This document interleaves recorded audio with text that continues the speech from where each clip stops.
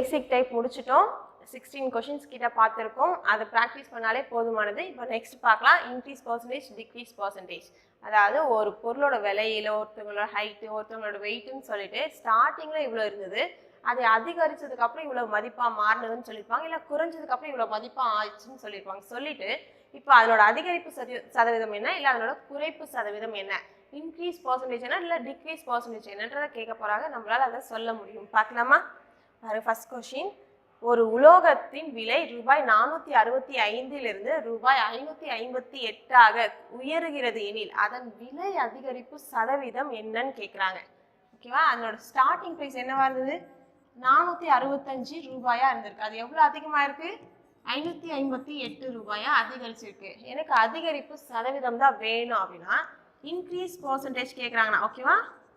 அதிகரிப்பு சதவீதம் கேட்குறாங்கன்னா அதுக்கு ஒரு ஃபார்முலா மாதிரி ஞாபகம் வச்சுக்கலாம்.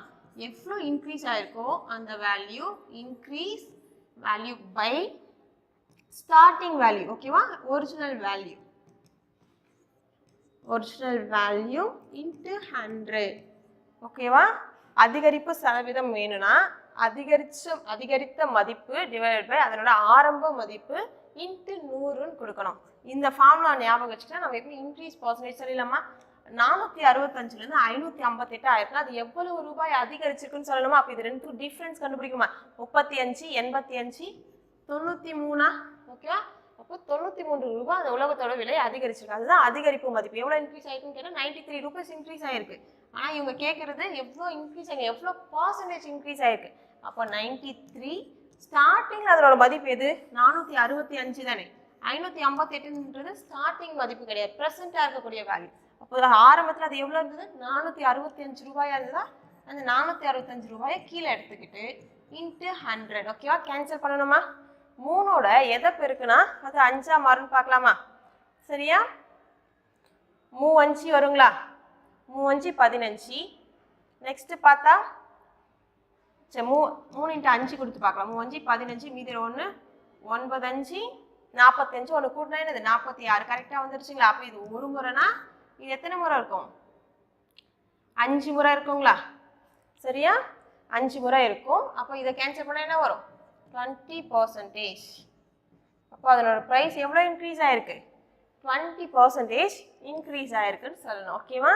அப்படி இல்லை அப்படின்னா இந்த 465ல் 93ன்றது எவ்வளோ பர்சன்டேஜ் சொல்ல முடியுமான்னு ட்ரை பண்ணி பாருங்க. கொஞ்சம் ஓரளவுக்கு முழு மதிப்பாக இருந்தால் டக்குன்னு வந்துடும். 465ல் 46.5ன்றது எவ்வளோ? 10%. இன்னொரு 46.5% எடுத்தால் என்ன வரும்? அது ஒரு 10%. ரெண்டையும் ஆட் பண்ணால் என்ன வரும்? 93. அப்போ 20% இப்படியும் சொல்லலாம். ஆனால் எப்பவுமே இதுதான் சரியாக வரும். ஏன்னா ஒரு சில மதிப்புகளில் வந்து நம்மளால முழுசாக சொல்ல முடியாது. இந்த மாதிரி டக்குன்னு எடுத்து சொல்ல முடியாது. திடீர்னு 17% இருக்கலாம், 16% இருக்கலாம், இல்லை 19.5% இருக்கலாம். அப்போது இந்த மெத்தட் எல்லாத்துக்கும் சரியாக வரும். Okay, next question.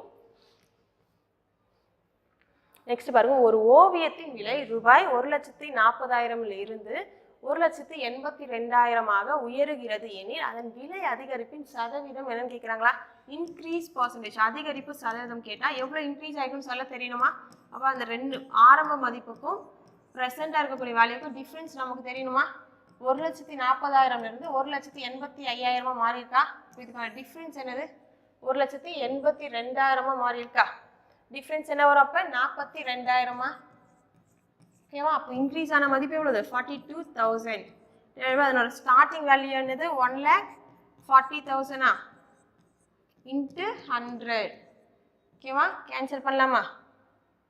3 0க்கு 3 0 கேன்சல். இங்கே ஒரு 0 இங்கே ஒரு 0 கேன்சலா? 2 முறையாக 7வது வாய்ப்பாட்டில் 6 7 42. ஒரு 2 2 3 2 6. அப்போ 3 × 10 30% என்ன இருக்குது விலை? அந்த பெயிண்டிங்கோட ப்ரைஸ் இன்க்ரீஸ் ஆகிருக்கு. Option B. இந்த இன்க்ரீஸ் பர்சன்டேஜ் டிக்ரீஸ் பர்சன்டேஜும் ரொம்ப ரொம்ப ஒரு முக்கியமான ஒரு டைப். எல்லா எக்ஸாம்ஸ்லையுமே நம்ம எதிர்பார்க்கக்கூடிய ஒரு டைப். இப்போ ப்ராஃபிட் அண்ட் லாஸ் எடுத்தால் ப்ராஃபிட் பர்சன்டேஜோ லாஸ் பர்சன்டேஜோ கேட்பாங்கன்றது எவ்வளோ முக்கியமோ இந்த பர்சன்டேஜில் இந்த மாதிரி இன்க்ரீஸ் பர்சன்டேஜ் டிக்ரீஸ் பர்சன்டேஜ் கேட்கக்கூடிய ஒரு டைப்பும் ரொம்ப ரொம்ப முக்கியமான ஒரு டைப். Okay, next question.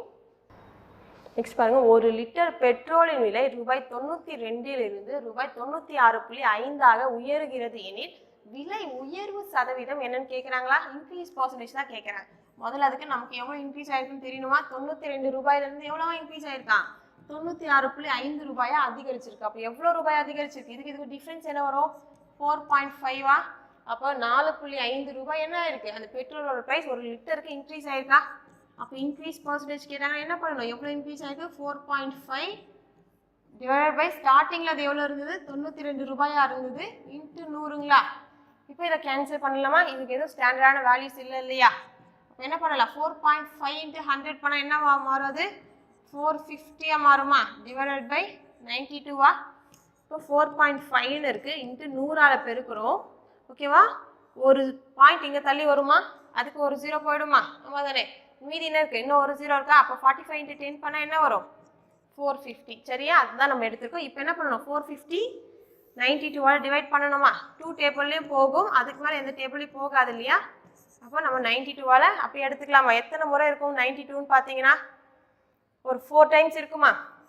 இப்போ 4 இன்ட்டு 2 8, 4 இன்ட்டு 9 என்ன வரும்? 36ஆ?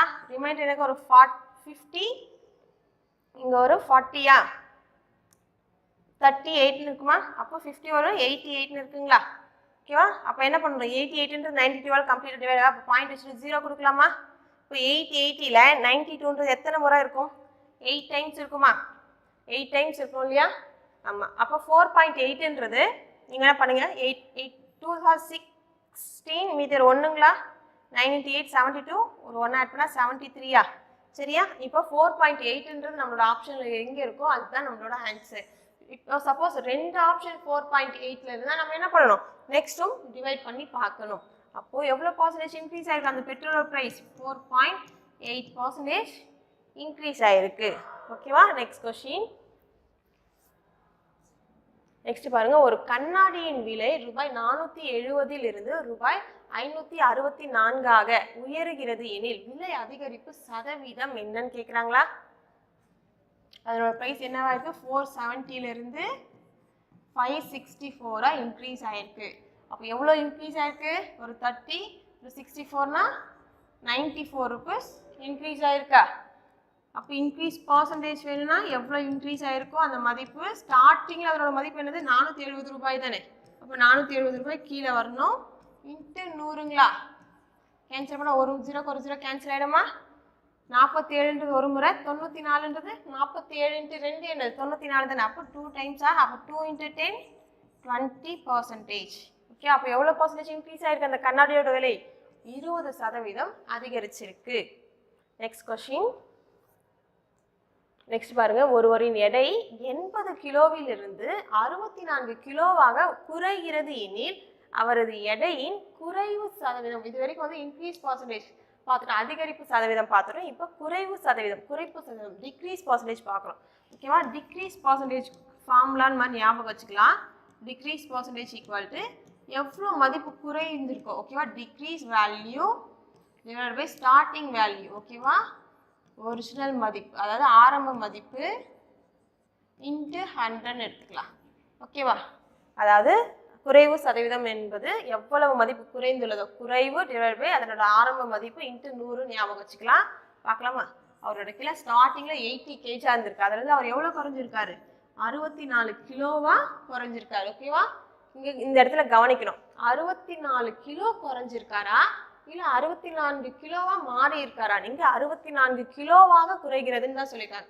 64 கிலோ குறையல. அப்போ 64 கிலோ குறைஞ்சிருந்தா 80ல் 64 கழிச்சு 16 கிலோ தான் அவர் இப்போ இருக்காருன்னு சொல்லணும். இல்லை, அவர் 80 கிலோலேருந்து 64 கிலோவாக ஆகியிருக்காருன்னா இப்போ அவரோட ப்ரெசன்ட் வெயிட் என்னது? 64 kg. அப்போ டிஃப்ரென்ஸ் 80க்கும் 64க்கும் டிஃப்ரென்ஸ் என்னது? 16ஆ? சரியா? இப்போ நம்ம என்ன சொல்லணும்? 16 kgன்றது 80 kgல எவ்வளோ பர்சன்டேஜ்னு சொல்லணுமா? இதை பார்க்கும்போதே நம்ம சொல்லலாம் 8ன்றது 10%, அப்போ 16ன்றது 20%ன்னு சொல்லலாம்.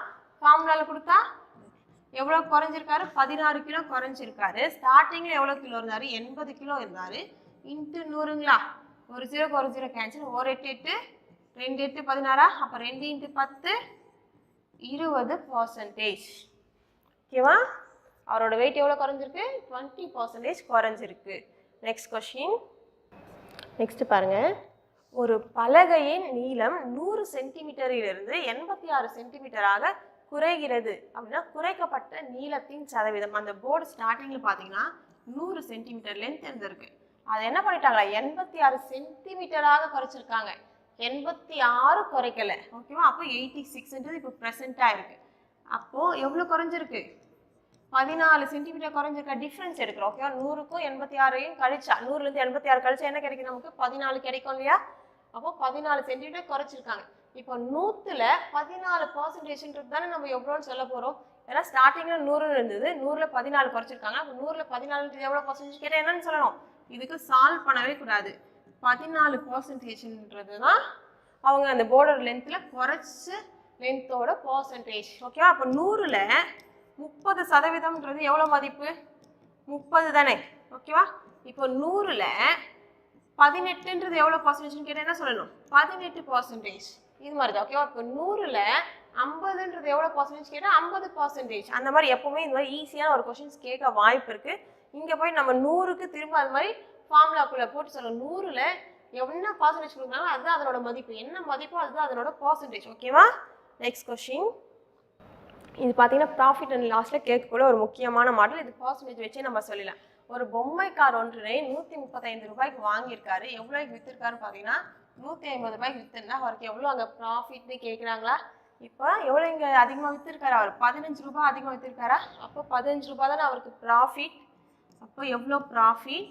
அந்த பொம்மையோட ஆரம்ப விலை, வாங்கிய விலை, காஸ்ட் ப்ரைஸ் எல்லாமே எது வந்தாலும் கீழே கொடுப்போமா? 135 கீழேவா இன்ட்டு 100ஆ? கேன்சல் பண்ணலாமா? 3 முறை இங்கே பார்த்தீங்கன்னா 2 7ங்களா? ஒரு முறை 9 முறையா? 3வது வைப்பர் அடிச்சா 1/9க்கு ஈக்குவலான பர்சன்டேஜ் என்ன நம்ம பார்த்த ஃப்ராக்ஷன்ல கீழே 9 இருந்தாலே மேலே கூடிய வேல்யூவை 11ஆல பெருக்கணுமா? 2 முறை எழுத போறோமா? ஒரு பாயிண்ட் வச்சுட்டு 11.11 அதாவது 11%. Answer option B. Okay, next question. சரியா? நெக்ஸ்ட் பாருங்க. 16% of a number is 40. Then find the number னு கேக்குறாங்களா?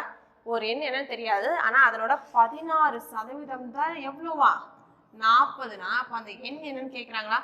16% 40. அந்த எண் என்னன்னு தெரியல. நம்ம 100 எடுத்துப்போமா? பர்சன்டேஜ்ல எப்பவும் முழு மதிப்பு நம்ம என்ன தான் எடுத்துப்போம்? 100% தானே எடுத்துப்போம். அப்ப எனக்கு இந்த 100% தான் எவ்வளவுன்னு தேவை. சரியா? பர்சன்டேஜ் பொறுத்தவரைக்கும் நமக்கு ஒரு மதிப்பு தெரியல அப்படின்னா அது நம்ம எப்பவுமே 100 தான். அது முழு மதிப்பு 100ன்னு எடுத்துக்கிட்டு நம்ம ஆன்சரை கொண்டு வரலாம். சரியா? இப்போ இதை பாக்ஸ் மெத்தட்னு சொல்லுவாங்களா? எனக்கு எக்ஸோட மதிப்பு தான் வேணும்னா இதை ரெண்டையும் கிராஸ் பெருக்கல் பண்ணிக்கலாமா? 100 × 40 டிவைடட் இங்கே தனியாக ஒரு மதிப்பு இருக்கு இல்லையா? அதை கீழே கொண்டு வந்துடும். பர்சன்டேஜ் நான் எடுக்கலையே, நம்பர் மட்டும் எடுத்துருக்கீங்கன்னா இங்கே 100% வந்திருக்கும், இங்கே 16% வந்திருக்கும். எடுத்திருந்தா இந்த பர்சன்டேஜுக்கு இந்த பர்சன்டேஜுக்கும் கேன்சல் ஆகிடும். அதனால் நம்ம வேல்யூ மட்டும் எடுத்துக்கலாம். 100 × 40 / 16 இது 4வது வைப்பர் லட்சம். 4 நாள் 16, 5 நாள் 40ங்களா? ஒரு நாள் 4, 25 நாள் எவ்வளோ? 100ங்களா? அப்போ எக்ஸோட மதிப்பு என்னது? 250. சரியா? ஆன்சர் பார்த்தீங்கன்னா ஆப்ஷன் ஏ. சரியா? இந்த பாக்ஸ் மெத்தட் நிறைய இடத்துல பர்சன்டேஜ்ல நமக்கு யூஸ்ஃபுல்லாக இருக்கும். ஒரு குறிப்பிட்ட மதிப்பு இவ்வளோதான் சொல்லிட்டு இருப்பாங்க. இல்லை ஒரு கார் நம்ம நெக்ஸ்ட் பார்க்கலாம். சரியா? Next question. நெக்ஸ்ட் பாருங்க. ஒரு ஸ்கூட்டரின் விலை 20% குறைக்கப்பட்டதால் அதன் மதிப்பு ரூபாய் 72,000 உள்ளது அப்படின்னா அதன் தொடக்க விலை என்னன்னு கேட்குறாங்களா? இப்போ பார்க்கணும். அதனோட விலை என்ன இருக்கா? 20% குறைஞ்சதுனால தான் அது 72,000 ரூபாயா மாறி இருக்கு. அப்புறம் அதனோட பர்சன்டேஜ் என்னன்னு சொல்லணும்? ஸ்டார்டிங்ல 100 இருக்கும். இதுல 20% குறைஞ்சிச்சுன்னா 20 கழிச்சிடணுமா? கழிச்சா என்ன வரும்? 80%. 80% தான் என்னது? 72,000. அப்போ 100% ஆரம்ப விலைன்னா அது 100% இருந்திருக்குமா? அப்போ 100% எவ்வளோன்னு வேணுமா? x = 100 × இதை ரெண்டையும் கிராஸ் பெருக்கல் பண்ணிக்கணுமா? 72,000 / 80 கீழே வருமா? ஒரு 0 கேன்சல் பண்ணிடலாமா? ஒரு 8 8 9 8 72 இந்த 2 0 அப்படியே மேலே சேர்த்துக்கலாமா? அப்போ 100 × 9 பண்ணால் என்ன வரும்? 90,000. அப்போ ஆரம்பத்தில் அந்த ஸ்கூட்டரோட விலை என்ன இருந்திருக்கும்? 90,000 ரூபாயா இருந்திருக்கும். ஓகேவா? Next question. பாருங்க.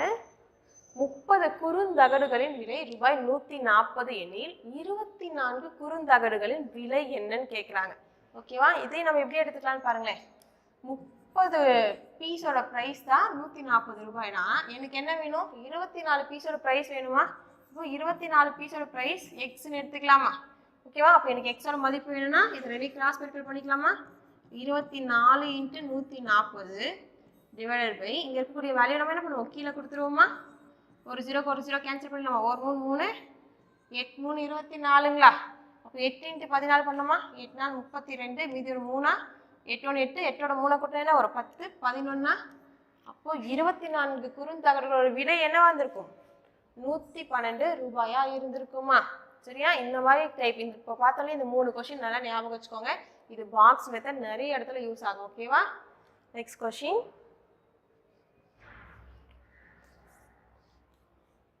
நெக்ஸ்ட் பாருங்க. ஒருவர் கொடுக்கப்பட்ட தேதிக்குள் மின் கட்டணத்தை செலுத்தினால் 5% தள்ளுபடி பெறுகிறார். அவருக்கு மின் கட்டணத்தில் ரூபாய் 350 குறைகிறது எனில் மொத்த மின் கட்டண தொகை என்னன்னு கேட்குறாங்க. அதாவது ஒருத்தவங்க என்ன பண்ணுறாங்கன்னா அவங்களோட இபி பில் ஓகேவா மின் கட்டண தொகையை செலுத்துறதுக்கு ஒரு குறிப்பிட்ட தேதி கொடுப்பாங்க இல்லையா? அந்த தேதிக்குள்ளே செலுத்திட்டா 5% டிஸ்கவுண்ட் கொடுக்குறாங்க. அந்த மாதிரி கரெக்டான தேதிக்குள்ளே கட்டினதுனால அவருக்கு என்னவா இருக்கு? அவரோட பில் அமௌண்ட்டில் 350 ரூபாய் குறைஞ்சிருக்கு அப்படின்னா அவருக்கு மொத்தமாக அந்த மின் கட்டண பில் ஸ்டார்டிங்கில் எவ்வளோவா இருந்திருக்கும் இந்த குறைப்புக்கு முன்னாடின்னு கேட்குறாங்களா? சரியா? அப்போ இருக்கு 5% தானே டிஸ்கவுண்ட் கொடுத்தாங்க. அப்போ 350 ரூபாய் குறைஞ்சிருக்கு அப்படின்னா அந்த 5%க்கான மதிப்பு தானே 350 ரூபாய் தானே? 5%க்கான மதிப்பு தான் என்னது? 350 rupees. அப்போ அந்த மின் கட்டண தொகை எனக்கு வேணும்னா நான் எவ்வளோ கண்டுபிடிக்கணும்? 100% எவ்வளோன்னு கண்டுபிடிக்கணுமா? 100% தான் எவ்வளோன்னு சொல்ல போகிறோம். அப்போ x = 100 × 350 divided by 5ங்களா? ஒரு 5 5 7 5 35 ஒரு 0 அப்படியே ஆட் பண்ணிக்கலாமா? 100 × 70 பண்ண என்ன வரும்? 7000. ஓகேவா? அப்போ அவரோட இபி பில் அமௌண்ட் என்னது? 7000 rupees. Okay, next question.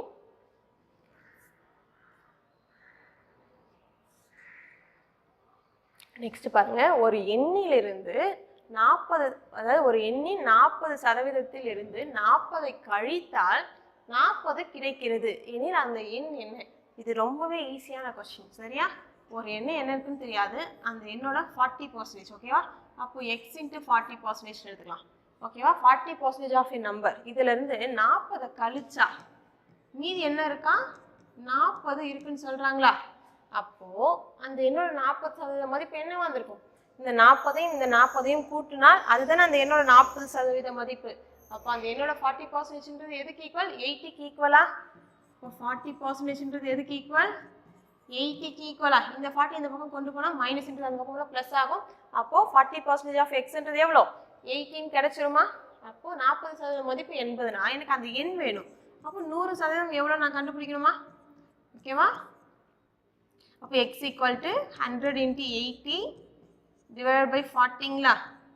ஒரு 0க்கு ஒரு 0 கேன்சலாக ஒரு முறை 2 முறையா? அப்போ அந்த எண்ணுன்றது என்னவா இருந்திருக்கும்? 200 இருந்திருக்குமா? ஆப்ஷன் பி தான் நம்மளோட answer. Okay, next question. Next பாருங்க. ஒரு எண்ணுடன் 5% அதிகரித்து அதே எண்ணை 15% குறைப்பதால் ஏற்படும் வித்தியாசம் 9 எனில் அந்த எண் என்னன்னு கேட்குறாங்க. ஓகேவா? அந்த எண் என்னன்றது நம்ம கிட்ட சொல்லலை, அதோட மதிப்பு என்னன்றது நம்ம கிட்ட சொல்லலை. அப்போ அந்த எண் எனக்கு என்னன்னே தெரியாது. நான் என்ன பண்ண போறேன்? ஒன்று எக்ஸ்ன்னு எடுத்து கொண்டு வருவேன். இங்கே என்ன சொல்றாங்கன்னா அந்த எண்ணோட 5% அதிகரித்து 15% குறைத்துன்னு சொல்லியிருக்காங்களா? அப்போ நான் அந்த எண்ணை என்னன்னு எடுத்துக்கிறேன்? 100% எடுத்துக்கிறேன். ஓகேவா? இதுதான் அந்த எண்.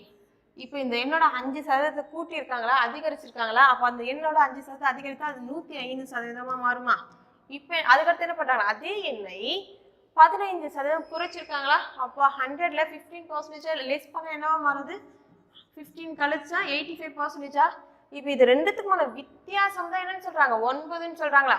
அப்போ இது ரெண்டுத்துக்குமான வித்தியாசம் என்னது? 105க்கும் 85க்குமான டிஃப்ரென்ஸ் 20% தானே? ஓகேவா? இந்த 20% தான் என்னது? 9. அப்போது அவங்க அந்த எண் கேட்டால் எனக்கு என்ன வேணும்? அந்த எண் வேணுமா? 100% வேணும் இல்லையா? எனக்கு என்ன வேணும்? 100% தான் வேணும். ஓகேவா? 20 என்ன பண்ணால் 100ஆக மாறும்? 5ஆல் பெருக்கினா 100ஆக மாறுமா? 20 × 5 என்னது? 100ஆ? அப்போ 9 × 5 என்ன வரும்? 45வா? அப்போ அந்த எண் என்னது? 45. இல்லை இது 100% ஈக்குவல் டு எக்ஸ்ன்னு வச்சுட்டு நம்ம பாக்ஸ் மெத்தட் போடுவோம்ல, x = 100 into 9 by 20 பண்ணுவோம் இல்லையா? இப்படி பண்ணாலும் எக்ஸோட மதிப்பை நம்ம சொல்லிடலாம். சரியா? Next question. இங்க பாருங்க, ஒரு பெட்டகத்தில் மொத்தம் 180 சோப்புகள் உள்ளன. அதில் 45 சோப்புகள் பயன்படுத்த விட்டது என்னையில் மீதியுள்ள சோப்புகளின் சதவீதம் என்னன்னு சொல்றாங்க. ஒரு பாக்ஸ்ல மொத்தமா 180 சோப்பு இருக்கு. அதுல 45 சோப்பை யூஸ் பண்ணிட்டாங்க. அப்போ 180ல 45 போச்சுன்னா 135 சோப்பு அந்த பாக்ஸ்ல இருக்குமா? அப்போ அந்த 135 சோப்பு 180 சோப்புல எவ்வளோ பர்சன்டேஜ்னு கேட்குறாங்க. நம்மளால சொல்ல முடியுமா? ஸ்டார்டிங்ல 180 சோப்ஸ் இருந்தது. அதில் எவ்வளோ சோப்பு யூஸ் பண்ணிட்டாங்க? 45 சோப்பை யூஸ் பண்ணிட்டாங்க. அப்போ 180ல 45 போச்சுன்னா என்ன வரும்? 135 சோப்ஸ் தான் இப்போ அந்த பாக்ஸில் என்ன இருக்குது? ரிமைனிங் இருக்கா?